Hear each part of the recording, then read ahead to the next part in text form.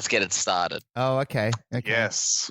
Mainly because the original of Let's Get Retarded, I was just like, that is a horrible sort of connotation. I was like, that was great. And it's like horrible. Yeah. And it's like, Let's Get It Started. I'm like, nah, I don't like your vibe. They tried to make it radio friendly or tried to make it PC friendly, but it's like, you still wrote that song in the first place, guys. Don't try to wash your hands of it. Yeah, Jeez, exactly. the Black Eyed Peas copping a beating on the podcast today. Damien, Look, the you hate question is, Black Eyed and the Peas. Black Eyed Peas have got beef.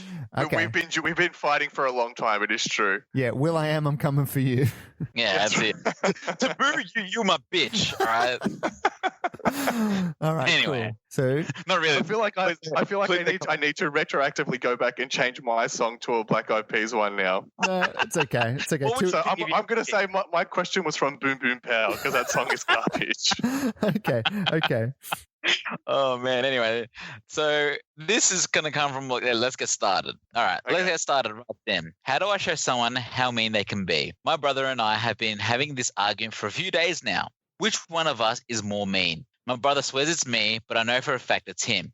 Everyone I ask says he's the more rude one. I don't think he knows how rude he can come off sometimes. The reason he's rude is he doesn't know when to stop. Like, he'll be joking and just never know when enough is enough. Also, he always says something even when he probably shouldn't because it's rude. Every time I try to say how rude he gets so defensive. An example of what he says is like today. I had just gotten done with a raise and he basically just said, "Good job, but you didn't do this thing right and you did better than I thought you would." When I tried to tell him how rude he was, he got so defensive and just justified what he said. Like, it's so annoying that he can't see how rude he is. I just want to know how I could show him how mean he could be to others. Let's get started. Okay. So what you want to do is grab a group of your friends and put them in a circle. Then the two of you get in the middle and then you confront him a bit. No, I'm joking. That's my advice from the last question. So does he want to prove that he's mean, like his brother is mean? He does, and the brother doesn't think he's mean. Yeah, I think the whole question revolves around like, all right, my brother's an asshole or my brother's mean and rude. How do I get him to realize he is? It also sounds like his brother is a fan of the complisalt, where you give someone a compliment and then insult them straight after. Yeah. So like that was a nice dunk for a bitch. You know what I mean? Like the kind of like it's like they pick you up with one hand and then punch you with the other. Essentially, is what they're doing. So you've got these complisals down pat, Damien. Yeah. As someone who has got older brothers as well, Damien, is that speaking from experience? Getting a complisalt? No, I don't know what you're talking about, Tom. That's a good question, actually. I feel like when you're younger and your brother's picking on you, it's generally there is no like subtlety about it. No, you know what I mean? Like they insult you with the subtlety of a hammer to the head. They don't you know need what I mean? to try to like disguise it as anything. They're just going for blood.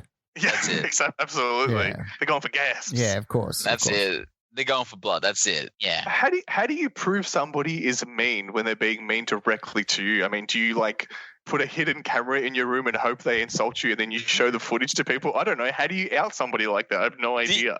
Do you feel like you give what you get sort of thing? Like, I think like if they're rude back to you, I think most people that are mean generally don't see themselves as mean. I think they generally just sort of treat people that way and they're just like, what? No, it's not. You just can't take a joke or something. That's like the excuse that they could say. I absolutely hate people that say, "Oh, you just can't take a joke." Yeah, right. No. If I find it mean, then it's not a joke. It's just you just got poor taste. You're just not good at joking. I find actually what Tom said interesting because I see that happen a lot with celebrities who end up spearheading anti-bullying campaigns.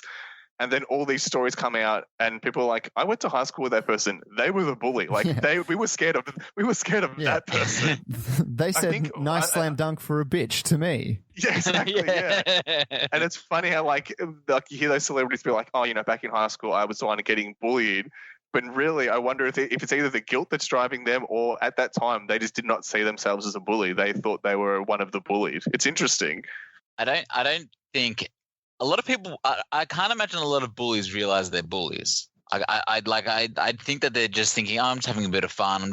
I'm just having a bit of a laugh," but they're not realizing what they're doing. Especially because it's his brother as well, so he probably thinks we're brothers. It's fine. Like it's not a big deal. Yeah. There's a crocodile kiss. He's not actually hurt. Yeah, I feel like brotherly love though it does allow for a little bit of, I wouldn't say bullying, but like a little bit of criticism. You're meant to take it a little bit. I would say that you could almost get away with it as like a brother or as a sibling. You almost have a bit of a pass to sort of give a hard time, or they probably feel like he's got a bit of a pass to give him a hard time. He feels it, definitely. And I feel like you just need to call it out, really. Also, I think the difference with my brothers is as much as they like made fun of me and, you know, we had that brother relationship, for every like, hey, dickhead, I got, hey, brother. Like, you know what I mean? There is a balance there of making fun of me and being a good brother. And if this guy doesn't have that from his mean brother, then I could see why it's affecting him so much. You got to have the, you know, it's about the yin and the yang. You need the good and the bad, I guess, in some ways. Exactly. You need the butter with the Vegemite. Yeah. I mean, sure. What an Australian analogy. That's how I'm saying it. In this situation, which one's the good and which one's the bad? I mean, the butter is clearly the good. And if you put it this way, a little bit of Vegemite. If you have toast with butter, if you have toast with just butter, it's great, yeah? Yeah. Yes. You have toast with just Vegemite, it's pretty dry. Yeah. You need the butter. I'm with you. It's true. And if you have the two together and if you put too much Vegemite on, which is the bad in the situation, then it overpowers the butter, which is the good. And it's as if the butter's not even there. Yeah, exactly. Turns out Marcus's metaphor was brilliant. You're a genius. Marcus, you're that's the most Australian thing. I hope you name your son Commodore as well, because you deserve it. Marcus, deserve it. That analogy was so good that if we were in the room together right now, I'd kiss you. In fact, I'm just gonna kiss my camera just to really hammer it. There we go. And there you go, screenshot. Yeah, I got that too. Yeah. Okay, so what do you think this? What can this person do? Do you think to make them know that their brother is mean to them, besides just telling them? I think that's the only way. Like, there is no big like ruse you can play on them or like event where you can out them as a mean person. Right. I don't know. Like, I guess you could do the camera thing and hope they come in and insult them and then just show them the take back and be like, this is how you treat me. This is an action replay. I can even slow it down if you want. I can do the AFL thing and draw, you know, circles on my body. Like, this is where you hurt me. You hurt me in my heart. This is when your words right now stabbed me right in the heart. The words entered. Exactly. Like, you can really break it down and get, you know, into the real nitty gritty of it. But I think surely communication is the key here. Here's your brother at the end of the day. I feel like communication is the key here, but not only that, it's also timing. You got to do it when it's one-on-one. You're all mellow with one another, and then you say, look, you remember that time where you said this thing to me? You really cut deep. Just like a simple heart to heart. Yeah, because I feel like if you come in there with a bit of vinegar, then it ain't gonna happen. Or Vegemite in this situation. You're adding too much food into this analogy. It's getting messy, Marcus. Is it noticeable? Is it noticeable that I'm hungry for dinner right now? Like, I'm actually starving. Your analogy kitchen is just a mess. There are ingredients everywhere, and it's getting convoluted. The dish tastes horrible. I'm not a fan. Yeah. Marcus's mind is just strolling through a grocery store. That's how he thinks about analogies. Exactly. I'm trying to think of it. I do now want to see Paul McCartney and Stevie Wonder. You know, they've got Ebony and Ivory. I want to see them do a 2020 butter and Vegemite. I want to see them update it for the current generation. 100%. We need that. We need that in our lives. Well, maybe we should work on a new rendition of that power ballad and see how that goes for us. Yes. Maybe this is my advice. That guy's getting bullied by his brother. Write that song and sing it to your brother, and maybe then he'll understand. I'm happy with that advice. Marcus, do you have any particular advice for the brother? I think we've hit the nail on the head here. I think tell him communication is key, but also tell him in a nice mellow environment when you guys are like all friendly, all right? When everything's all butter. Yeah. So that's what you want to talk Maybe enjoy and like break the news over some butter and Vegemite on toast. Yeah. You know what? If you don't have Vegemite or butter, then you should get it and harmonize. Stop talking about Vegemite and butter, goddamn. I think with that being said, Marcus is obviously hungry, and guess what? That's all the time we have for the questions. But great questions brought, as always, even via Skype. I did want to mention, with all this pandemonium and everyone sort of being locked down, I did happen to take a visit to Costco today and witness the craziness firsthand. And it is, it's unreal. It was a very, very busy time at Costco, and I feel like after every day there's just like another announcement, and people just go more and more sort of crazy. So it's sort of interesting to see how this is all unfolding. Did Did you come across anything when you were there, Tom? Like any people losing it? Were you able to get like Costco is known for having all the goods in bulk. Well, did you get all this stuff you needed? There was just stuff that we needed to get a hold of just for the sake of we needed to do a Costco visit. So that was more or less what we were doing. And we were like, well, look, if we see some stuff there that's useful, we'll buy that too. But there were signs at the front saying no toilet paper on the entry. So people weren't going to go in. They were spraying down the handlebars of the trolleys as well. They were offering to spray down and, do disinfectant and stuff. So, which is pretty over the top. But I think they know that their audience of Costco people are the doomsday preppers. So they know that the people in Costco would appreciate that. Yeah. They know their demo. Yeah. Yeah.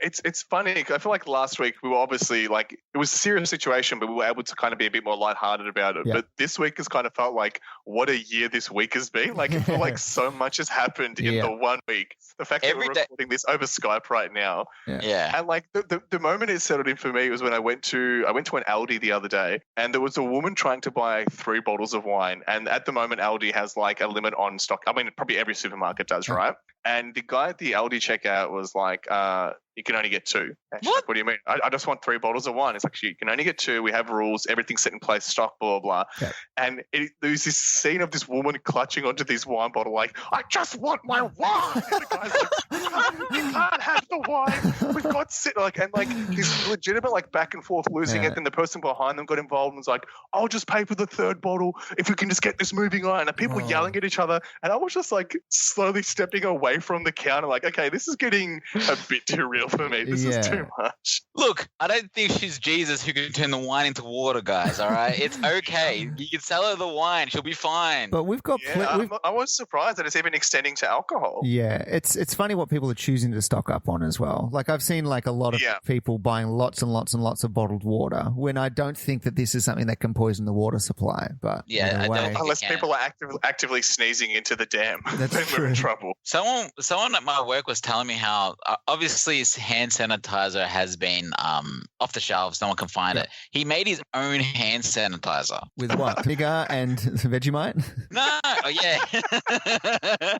He's just lathered in lathered in fucking Vegemite. It works as a hand sanitizer because nobody will let you touch anything. It's true. So everyone stays away from it. Exactly. It's a deterrent. Yeah, he was telling me, you just need alcohol and some other things. He told me 2 other things. It's very easy to make. It smells like vodka. And vodka, exactly. It just smells like garbage. Did he show you the hand sanitizer? Did you try it? Did he bring it in? Or not? No, he didn't bring it in, but I told him to bring it in on Monday. If I go into work on Monday, I'm going to check it out. Oh. I would love to see this bootleg moonshine hand sanitizer. Guys got. Oh, well, look, hopefully we make it to Monday, Marcus, for that sake at least. And fingers crossed, guys. Let's hope that things do sort of get a little bit better. Damien, do you have anything to add? I guess I just want to say for those who are listening, thank you. I hope the over the Skypeness didn't affect the podcast because we feel like we still want to keep going with the show and try and entertain you guys as much as we can. I guess that's it really. We don't like to call it quits because stay clean. Yeah, stay clean. We don't want to sort of just call it quits because we try to make things possible no matter what. But unfortunately, guys, that is all the time we have for the show. If you want to get in touch with us, you can email us at tqhpodcast@gmail.com. Otherwise, if there's nothing else to say, we might need to take this offline, boys, as you would in any Skype meeting. So I want to see you. I want to see you in the conference room in 5 minutes. Tom. Of course. All right. So to give you a beautiful kiss. Absolutely. Well, thank you to everyone out there for listening. Of course, thank you to Marcus. Thank you, Tom. Thank you to Damien. Thanks, guys. And as we end every episode, you guys say it. Stay curious. Oh, that's a way. How about that?